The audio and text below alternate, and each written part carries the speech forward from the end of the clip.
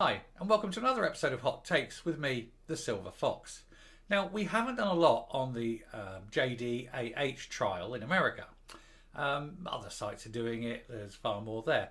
But this particular one, it was of interest because, well, there's a Brit involved, and being British myself, of course, worth a bit of interest. But also, I loved the stupidity of it all. AH mentioned a name. Very stupid thing to do.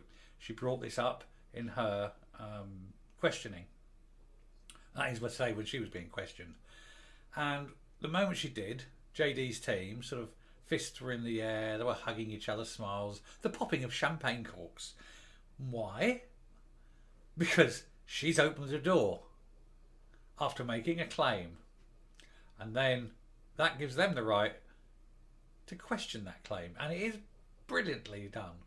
So we're going to take a look at this. But briefly, what's happened is AH claimed that her sister didn't want to be pushed downstairs in the same way that JD pushed Kate Moss. And at that moment, Johnny's team went, let's get Kate Moss on there. And they have. And let's look to see what the lovely Miss Moss said. So Kate was appearing via video from her home here in England, Gloucestershire, and she was denying what AH said. And here we go. Her quote: "Johnny never pushed me, kicked me, or threw me down any stairs." Supermodel Kate Moss denies AH's claim that her then boyfriend JD pushed her downstairs while on a Jamaica trip, as she appears via video at the defamation trial. Kate Moss, who dated JD in the 1990s, shut down AH's claim that JD pushed Moss downstairs. Moss, appearing briefly via live video from Gloucestershire, England, said, "He never pushed me, kicked me, or threw me down any stairs." AH opened the door to Moss's testimony by claiming she feared JD would push her sister down the stairs during a violent argument, as he allegedly did Kate Moss. Questioned by JD's attorney Benjamin Chew, Moss said, "He carried me to my room, got me medical attention after she slipped on the stairs during a vacation in Jamaica." So he was more the medic of the Caribbean.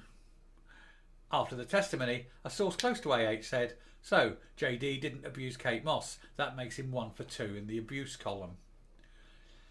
So we're going to go in here. Kate Moss told JD's $100 million defamation trial that he never pushed her down the stairs. We've covered this. The famously private model, who rarely discusses her personal life, shut down AH's claim the 58-year-old pushed Moss.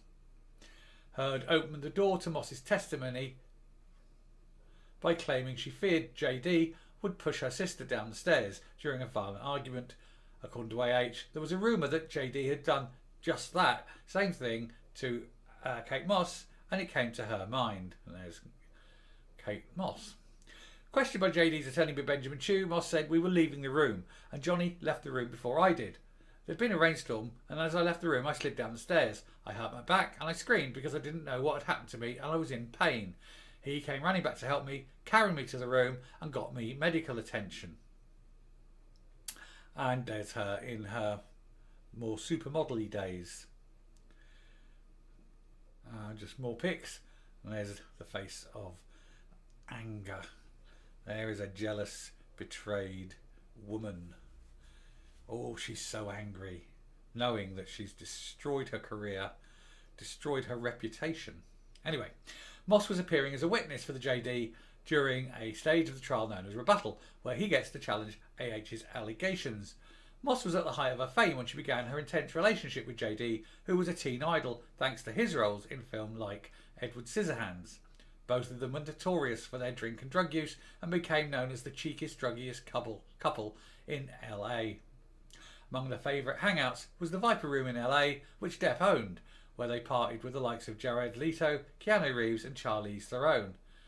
Moss later said that she cried for years over the breakup, after which her drug use escalated and eventually led to her rehab. After the testimony, a source close to her said, "So JD didn't abuse Kate Moss. That makes him 1 for 2 in the abuse column. But to date, he's 0 for 1 in the courtroom on the central issue in this case when he lost the same exact case in England." And when the jury deliberates over the singular issue in this case, whether AH can exercise her right of freedom of speech, he'll be 0 for 2, no matter how much his lawyers try to distract and divert the jury's attention. JD's forensic psychologist insisted that AH does not suffer from a personality disorder after being recalled on the stand on Wednesday. But we have seen her. There is no way that woman functions as a normal human being. She is mental. She is needy and she is greedy, and she has a complete disregard for anyone that isn't AH. She's being destroyed, but she's being destroyed by her own narcissism. And people don't like her because people have now seen what she's like. She's lost the locker room, as it were. She's lost the room, and she's not coming back from this. The article goes on a bit, just going on about her, you know, her own psychiatrist telling people that she's not nuts, basically. But nobody believes it, unless they're all queuing up to get in. But yeah, so that's really that there. I will come up and round off here. It's always a good idea when you're in court and you're going to pull examples of things that may or may not have happened, to kind of use the things that may have happened more than those that may not, especially when it's so easy just to sort of place a call and get the person that you claimed this happened to on the phone and ask them. And when they say, no, it didn't happen, it makes you look like a liar. But we know she already know this. We already know she's a liar, because she either lied in the London trial or she lied in this trial, both of which were under oath, because she said one thing in one and the complete opposite in another. And now we have another example of her making accusations which are patently untrue. It's more grist to the mill. Mist to the grill? It's like when you're driving in fog. It's more grist to the mill for the plaintiff's case, for JD's case, because once more they can show what an unreliable woman she is, how she can't help but lie again, how she doesn't understand the difference between fantasy and reality. She does confuse what she wants with what's actually true, and this is something that happens in the minds of idiots. The wise man adjusts his viewpoint to suit the facts. The idiot adjusts the facts to suit their viewpoint. Anyway, I think we've all decided exactly who is the more likely one here to be completely off their rocker and a liar. And that will be the end of this video. Thank you very much for watching. So if you like what you hear and see, please hit the subscribe button if you haven't already. Ring the bell for notifications of future output. Leave a like, leave a comment, and until next time, stay safe, stay well, and goodbye.